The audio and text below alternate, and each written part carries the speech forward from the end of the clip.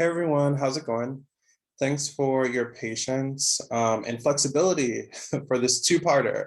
I decided to split it in to two parts because I was like, there's a really broad unit and there's a lot to cover. And so I wanted to just have like two parts, um, which is actually interesting because this part is going to be a lot shorter than the other one, but just as important.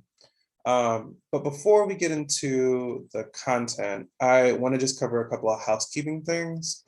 So first, there was a little bit of a date snafu on the syllabus. And so the only thing that really changes is the due date for quiz number 2 in week 8, right? And so the unit on Latinx studies is going to start a week earlier, and your quiz number 2 is going to be due on March 11th. And I'll also send out an announcement about that just to keep you all updated on that. But if you have not already, by the time you've seen this video, please go back and download the most updated version of the syllabus. It's your responsibility. Please make sure to do that because some of those date changes are going to be really important. And of course, you'll get an announcement from me as well. Cool. All right, so I am going to share my screen really quick.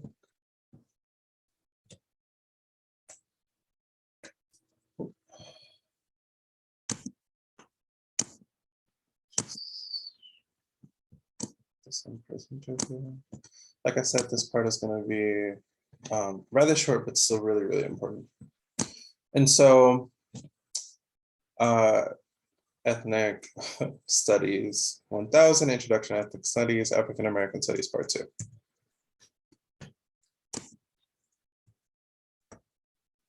So the first thing that I want to talk about, well, what will be covered in this part before I get started is the How Can We Win video by Kimberly Latrice Jones, the video on intersectionality by Kimberly Crenshaw, the Kambahi River Collective statement, and the Until Black Women Are Free, None of Us Are Free article in the New Yorker, which are all really important text for this conversation. And so first, since this video is a little bit more connected to the conversation that we were having in the first part for this unit, I just want to quickly highlight, shout out Kimberly Latrice Jones, who is a dope activist and author.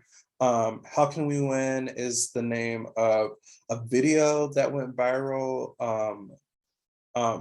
during BLM protests, and also is the same name as, I think, a forthcoming book, or I'm not super sure on like the actual date of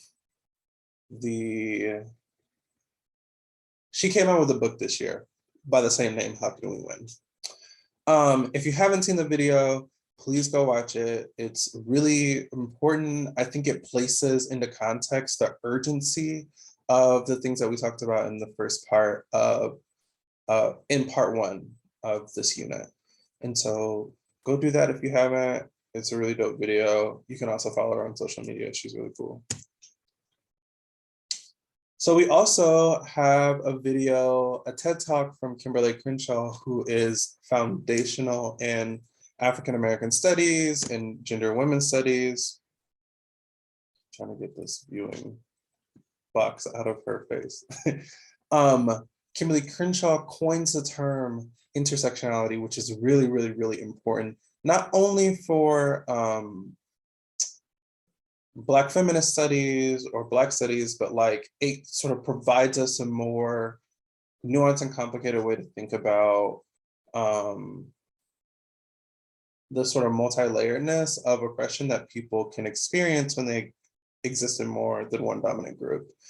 Intersectionality was originally coined to talk about, or geared towards talking about, the experiences that Black women have sitting at the intersection of of race and gender, which means essentially experiencing the marginalization and oppression of being in a in more than one non-dominant group, and those being race and gender, right? So it's specifically focused on Black women, but has provided a vehicle for people to talk about what it is to experience multiple layers of marginalization, right? Like what it is to experience the behaviors, practices, um,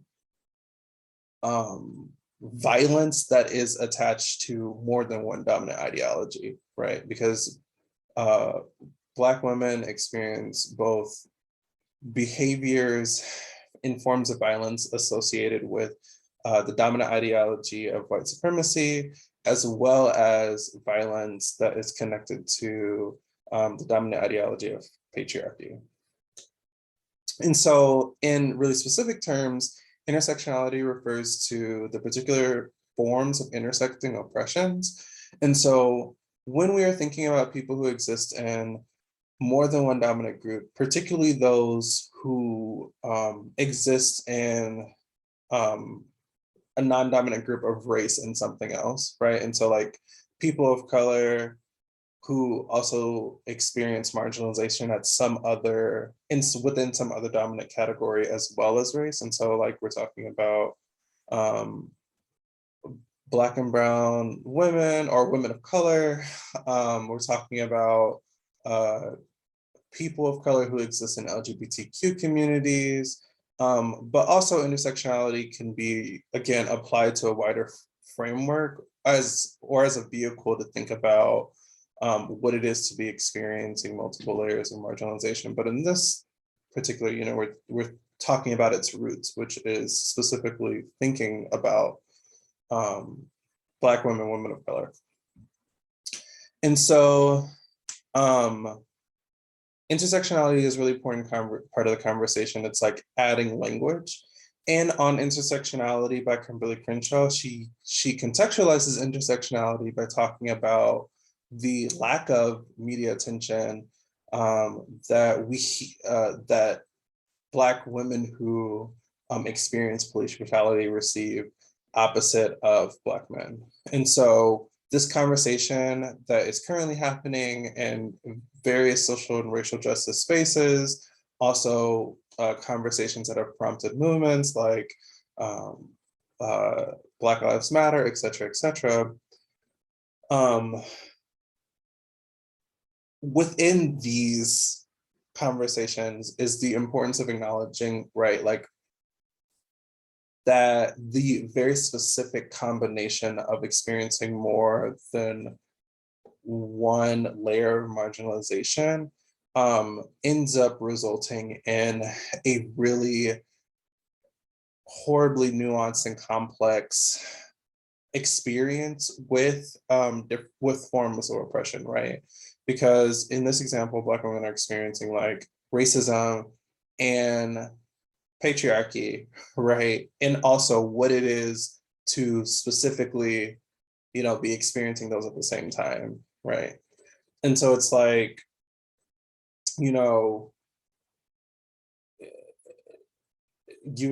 it's experience of like the two exclusively and also together. And so it's like a myriad of experiences at all time, or myriad of violences, right, at all times, when people are sitting at these intersections, right? And when I'm bringing in a lot of language from the Difference Matters reading by Brenda Allen to help contextualize that. And so when I talk about intersectionality, I'm talking about people who experience marginalization or oppression as a result of existing in more than one non-dominant group, which some people also call like marginalized or oppressed groups, right?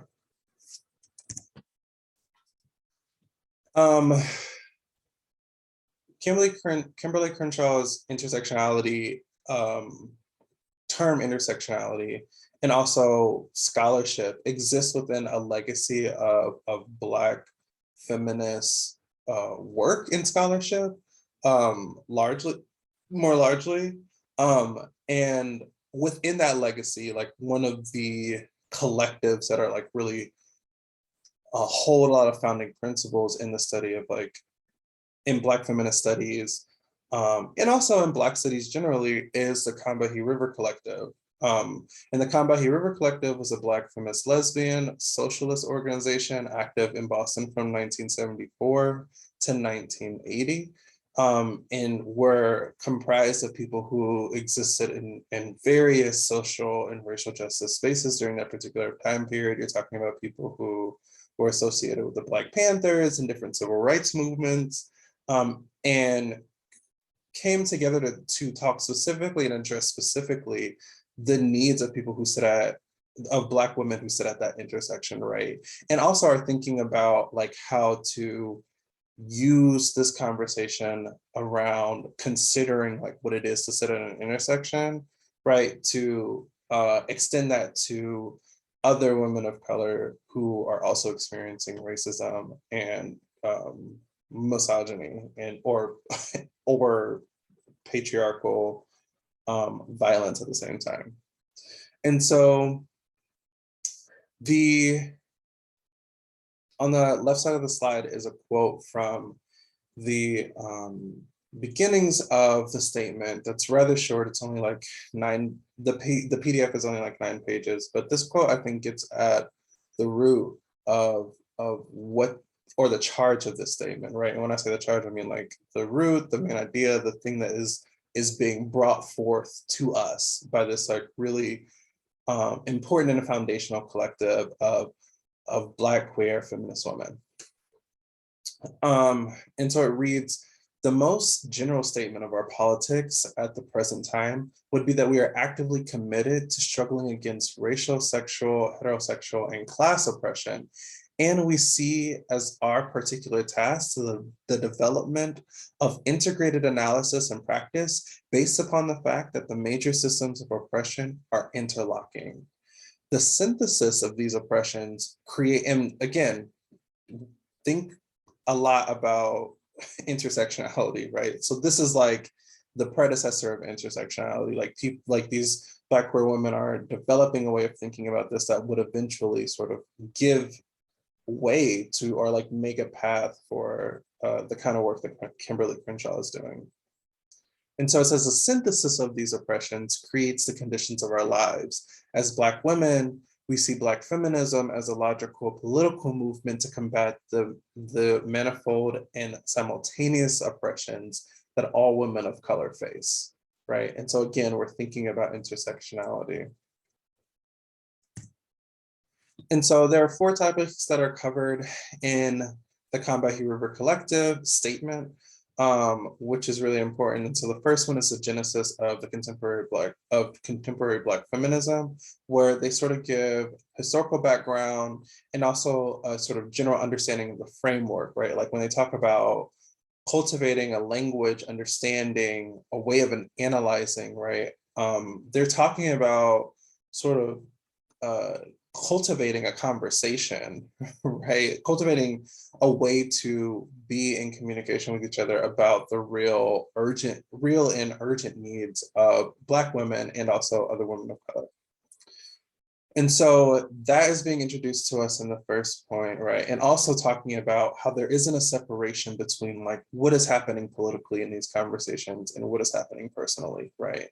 And so thinking about for example, how Brenda Allen introduces us to this concept of socialization.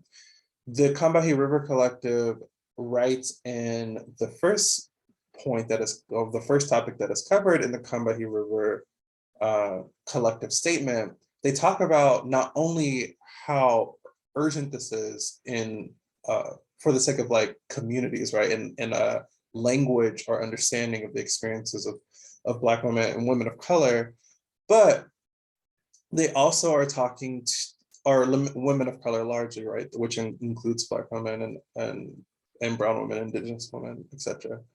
But they also talk about how these forms of oppression are impacting their personal lives and how they were also socialized to be docile, be quote ladylike, right, like fall under the domination of men, right, and whiteness or white people, right. And so again, there are strands that are connected um, to dominant ideologies that we've already talked about. And in the Combat Hero Collective statement, they're talking about being socialized to conform to that, right? Or feeling like they have to under the threat of violence, right? And so what is being highlighted in the first topic is just sort of a contextualization of like the importance and urgency of Black feminism, right? And the aims of it, as well as a move that doesn't separate like what is happening on the ground from like what is happening inside, right? Like what the personal experiences that's connected to that is. And so that's the first topic. The second topic, what we believe, right, is where they really drive home and highlight the sort of multifacetedness of experiencing violence from different angles or like different spaces simultaneously, right? And so they talk about the struggles that they experience in feminist movements at this particular point in time that were predominantly white, as well as different racial justice and civil rights spaces that were predominantly men. And so they're like, we exist in the middle and are also being dismissed and devalued in ways that are reinforcing these structures that we are supposed to be fighting against, right? And causing us real harm, right? And so there's a real emphasis and push and articulation in the values of this collective in the second topic, right? Which includes like considering these intersections, right? And like how addressing these intersections make it possible for us to consider like more aspects of people's lives, right? And also like build and cultivate ways to better dismantle systems of hierarchy. And so in the third topic, they talk also about the problems in organizing Black feminists. And I think that the third topic is really interesting because one of the parts that really stands out to me, right, is them talking about how difficult it is to be doing the work, right, of like trying to articulate to people like the multifacetedness of experiencing both like racism and sexism and classism, right, as well, and heterosexism, right, all at the same time, right? It's they write specifically that it takes a psychological toll on you, right, to be at any particular point in time experiencing all of this. um, and I think that this is really interesting and a like really key point in the statement for me, because it like also it highlights the reason why mindfulness is so important, right? Because like if you are speaking from a place of privilege to people who are experiencing a myriad, like various forms of violence at the same time, right? Like there's no frame of reference for you as a person speaking from a place of privilege, right? Whether, you know, you are a white man who is like upper class or like, or exist in more dominant categories than not, right? There's no frame of reference for you to understand like what, for people in dominant groups, oftentimes, I won't say all the time, but oftentimes to understand or easily digest, right, how people are feeling who experience multiple levels of violence at the same time or multiple forms of violence at the same time. And I think that the topic number 3 really opens that up. And so topic number 4, which is pretty brief, ends up being a summation of a lot of the things that have been covered in the statement, but also like emphasizing some things that like the Combahee River Collective have their eyes set on in the future, right? And a part of that is cultivating a language, cultivating a way a mode of analysis, a way of engaging, a way to have conversations about the needs of women of color whose identities sit at the intersection of two non-dominant groups, right? And to really, or two or more, right? Because we're talking about women of color who are also queer and who also may come from lower class backgrounds. So you're dealing with like racism, misogyny, heterosexism, or heteronormativity, and classism simultaneously. And so that's a lot, right? And so the Combahee River Collective is building a way to cultivate conversations and to also like make interventions in the ways that feminist and civil rights movements are happening, right? By being like, these are like urgent needs by people who sit at intersections that you all need to be paying attention to. So this is the last reading that I'm going to cover in the second part. And I'm going to kind of go a little quickly through this. But anyways, I selected this piece because I think it is, one, really deeply moving to me.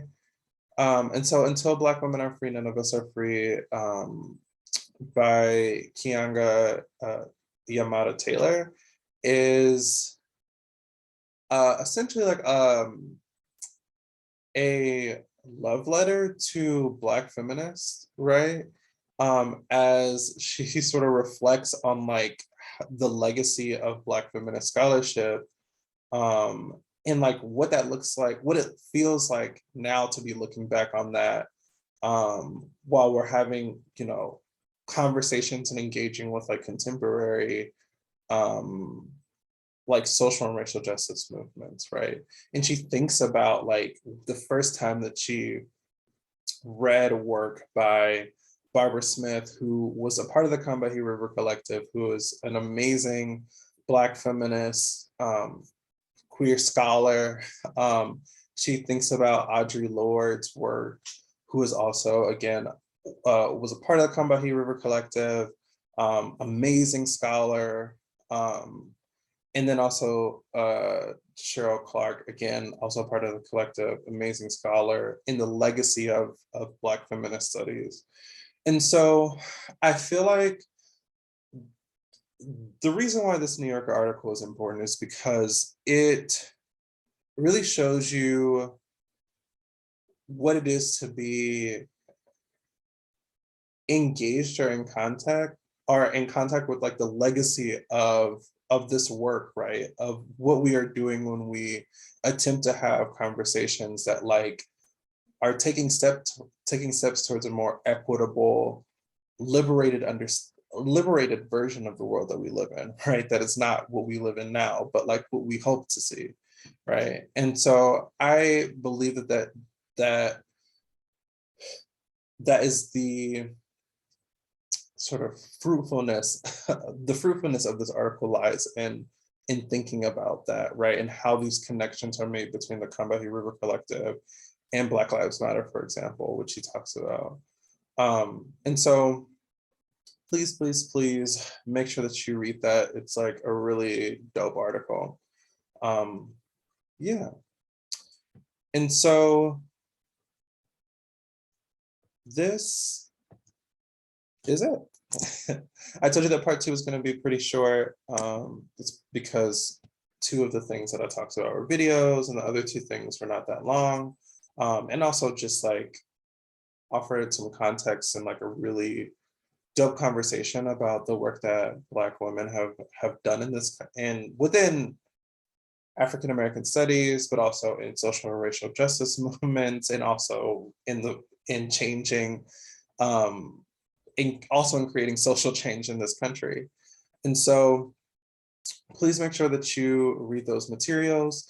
Again, I have updated and revised the syllabus. Your second quiz will be due on March 11th. Please make sure that you go download the latest updated version. Again, I will be sending out a announcement soon so that you all also have a heads up.